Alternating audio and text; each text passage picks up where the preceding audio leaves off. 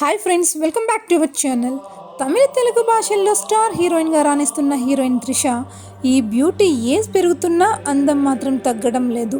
కుర్ర హీరోల నుంచి సీనియర్ హీరోల వరకు ఈ ముద్దుగుమ్మ ఎవరితో అయినా రొమాన్స్కి సై అంటోంది. త్రిష టాలీవుడ్లో ఎన్నో బ్లాక్ బాస్టర్ సినిమాల్లో నటించింది.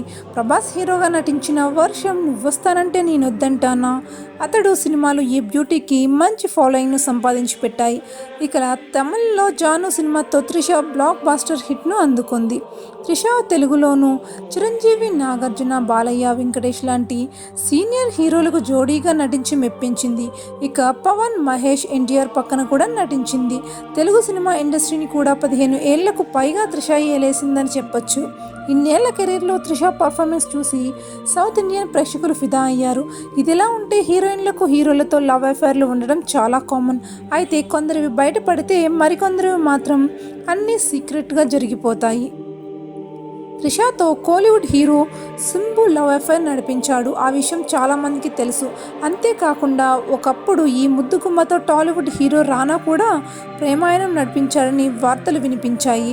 వీరిద్దరూ పర్సనల్ ఫోటోలు కూడా నెట్టింట వైరల్ అయ్యాయి. వీరిద్దరూ కలిసి హైదరాబాద్లోని ఒక పబ్ నుంచి తూలుతూ బయటకు వస్తున్న ఫోటోలు, వీడియోలు అప్పట్లో మీడియాలో బాగా వైరల్ అయ్యాయి. అయితే ఈ విషయంపై త్రిష ఓ ఇంటర్వ్యూలో షాకింగ్ కామెంట్లు చేసింది. తనకు రానాతో చిన్ననాటి నుంచి పరిచయం ఉందని చెప్పింది. రానా ముందు చెన్నైలో చదువుకున్నాడని, రానా వాళ్ళ ఇంటి దగ్గర తమ ఇల్లు కూడా ఉండేదని చెప్పింది. ఇద్దరి మధ్య ఇప్పటికీ కూడా హేట్ అండ్ లవ్ రిలేషన్లో ఉన్నామంటూ బాంబ్ పేల్చింది.